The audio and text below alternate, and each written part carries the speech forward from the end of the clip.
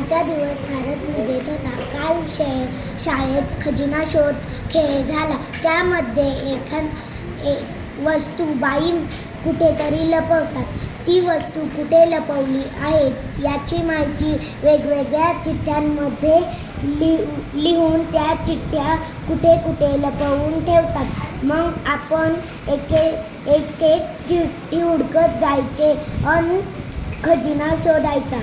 काल वर्गात आल्या बाई म्हणाल्या, 6 जणांचे 2 गट आणि 7 जणांचे 2 गट करा. मग त्यांनी खजिना शोधायचे नियम समजावून सांगितले.